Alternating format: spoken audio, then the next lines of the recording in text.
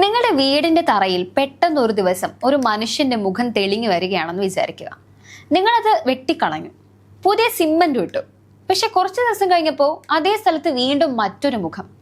ഇത് ഏതെങ്കിലും ഹൊറർ സിനിമയിലെ രംഗമല്ല. 1971 സ്പെയിനിലെ ബെൽമസ് എന്ന ഗ്രാമത്തിൽ ഒരു സാധാരണ കുടുംബം അനുഭവിച്ച പേടിപ്പെടുത്തുന്ന യാഥാർത്ഥ്യമാണ്.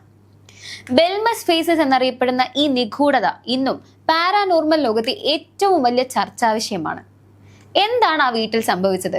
1971 ഓഗസ്റ്റ് 23 മരിയ ഗോമസ് എന്ന സ്ത്രീ തന്റെ അടുക്കളയിൽ ജോലി ചെയ്യുമ്പോഴാണ് തറയിലെ സിമന്റിൽ ഒരു വിചിത്രമായ മാറ്റം ശ്രദ്ധിക്കുന്നത്.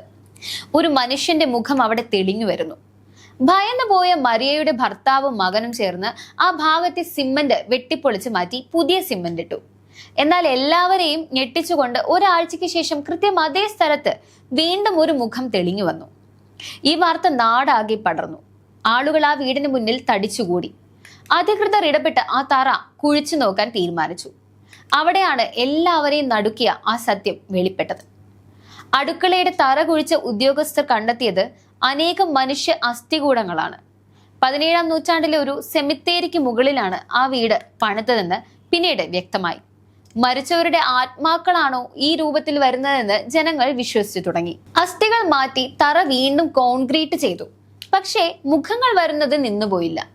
ഒരു മുഖത്തിന് പകരം അനേകം മുഖങ്ങൾ, സ്ത്രീകളുടെയും പുരുഷന്മാരുടെയും രൂപങ്ങൾ അവിടെ മാറി മാറി പ്രത്യക്ഷപ്പെട്ടുകൊണ്ടേയിരുന്നു. ചിലപ്പോൾ ആ മുഖങ്ങൾ ചിരിക്കും, ചിലപ്പോൾ കരയുന്ന ഭാവമായിരിക്കും. വീട്ടിലുള്ളവർ സംസാരിക്കുന്നതിനനുസരിച്ച് ഈ മുഖങ്ങളുടെ ഭാവം മാറുന്നുണ്ടെന്നും ചിലർ നിരീക്ഷിച്ചു. ഇതൊരു തട്ടിപ്പാണെന്ന് കരുതി പല ശാസ്ത്രജ്ഞരും ആ വീട്ടിലെത്തി. അവർ തറയിൽ കെമിക്കലുകൾ ഒഴിച്ച് പരിശോധിച്ചു, എക്സ്റേ എടുത്തു, ഫോട്ടോഗ്രാഫുകൾ വെച്ച് മാസങ്ങളോളം നിരീക്ഷിച്ചു, മൈക്രോഫോണുകൾ വെച്ച് ശബ്ദങ്ങൾ റെക്കോർഡ് ചെയ്തു.